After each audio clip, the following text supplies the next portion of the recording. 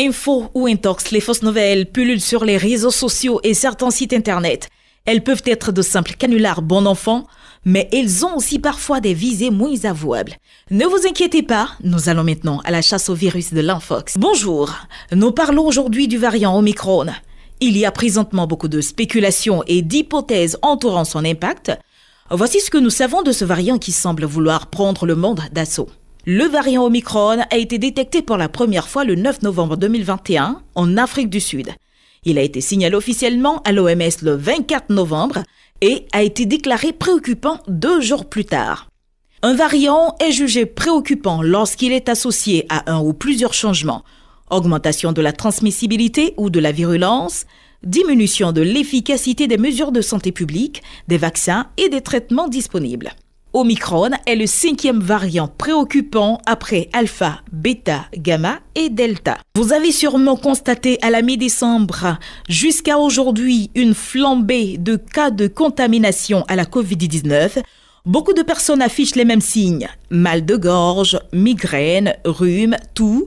Et sur Internet, certains font croire que c'est une grippe saisonnière et non le variant Omicron, proposant même des astuces de grand-mère.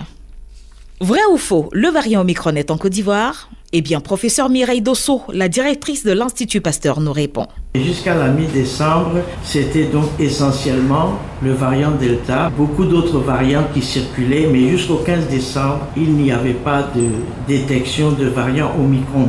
À partir donc de ce 15 décembre-là, vous avez vu l'augmentation significative des cas. On s'est aperçu qu'il y a donc une émergence de variants Omicron.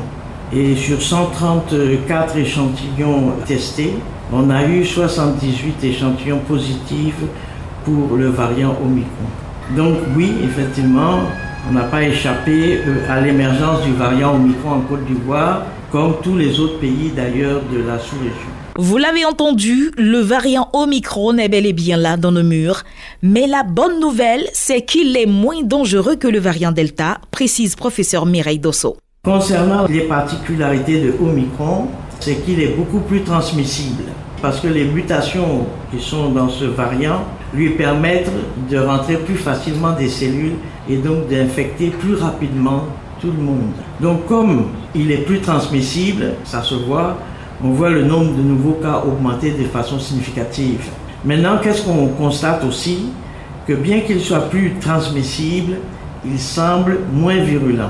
Mais moins virulent, c'est quelque chose qui est tout à fait relatif. Ça dépend des personnes qui sont infectées, ça dépend des antécédents, ça dépend de l'état de santé, ça dépend de beaucoup de choses. Et oui, selon une étude de l'agence sanitaire britannique, le risque de faire une forme grave avec Omicron est en effet 3 fois plus faible qu'avec le variant Delta.